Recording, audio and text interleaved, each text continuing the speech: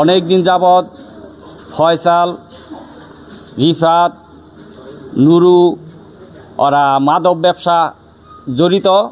অনেকে অনেক সময় বাধা বিঘ্ন করলে ওরা মানুষের প্রতি হুমকি দেয়, রাতের আধারে তাদের ডাইকে নিয়ে মারধর করে।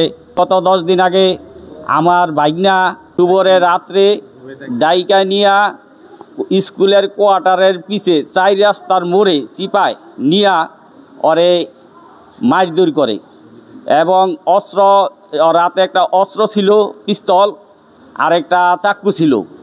ওই চাক্কু দিয়া আঘাত করতে লয়।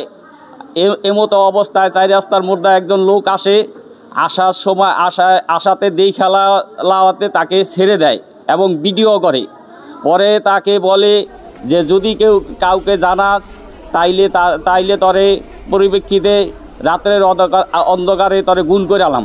আমার ভাই নুরুল আমিন মাতবর মেম্বার, সে ফয়সালকে জিজ্ঞাসা করার পরে বলছে ওরে তো মারছি, কম মারছি, দ্বিতীয়বার ওরে মাইরালাম।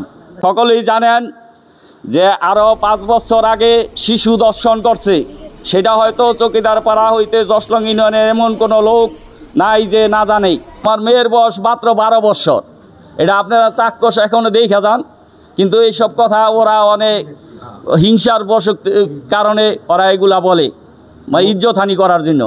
আমি এই জশলং ইউনিয়নের 9 নং ওয়ার্ডের মেম্বার রিফাত। ওই ছেলেটা আমি যখন স্কুলে মেজারিং কমিটি ছিলাম, ওই স্কুলে অনেক মেয়েদের স্থগিত করছে বা টিটকারি দিছে, এরকম আমরা অনেক সালিশ দরবার গেছি, পুলিশের জানানো হয়েছে।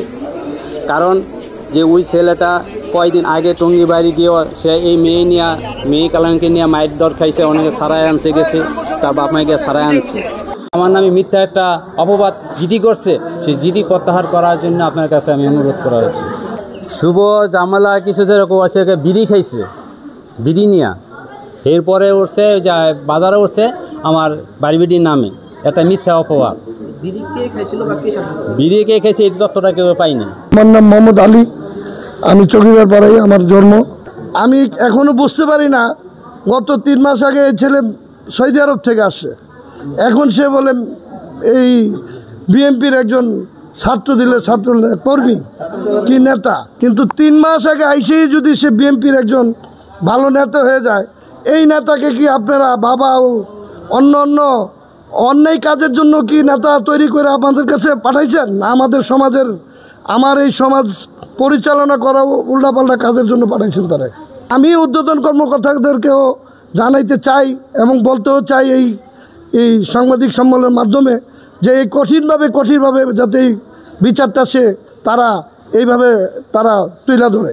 কারণ এইভাবেই যদি একজন ভালো মানুষকে বলা হয়, একজন শিশু বাচ্চা তারা যদি বলা হয়, আত্মীয়র বইলাই যদি বলা হয় যে তার সাথে তার প্রেম আছে, তার সাথে তারই আছে, তো তার তো বলার কেউ নাই, তার বাবা মা আছে, তার আত্মীয় স্বজন আছে, তাদেরকে বলতে পারে। সে তো রাতের অন্ধকারে তার ভাতিজারে ভাগিনারে সে নিজে উঠায় নিয়া মায়ের এবং পিস্তল দিয়ে হুমকি, ওই তারে ছুরি চাপাটি দেওয়া, মায়ের দই। আজ পর্যন্ত আমরা এই দেশে আইসা কিন্তু আলম আব্দুলের একটা কটু কথা কেউ শালা কইছে বা হোমন্দি কইছে, এমন কোনো জিনিস আমি যাদুমুল্লাহ বড় গলা করে বলতে পারবো যে ইনশাল্লাহ এরকম কিছু দেখিনি আর করেও নাই। তো সেই ব্যক্তির মেয়ের নামে যখন একটা ভাইরাস ছড়াই দিছে, কিন্তু এইটা অত্যন্ত দুঃখজনকের ব্যাপার। মেয়ের ব্যাপারে এইরকম ধরনের জিনিস যেন ভবিষ্যতে এরকম ভাইরাস না করতে পারে, আপনার কাছে বিশেষভাবে আমার অনুরোধ, কঠোরভাবে ব্যবস্থা নেবেন।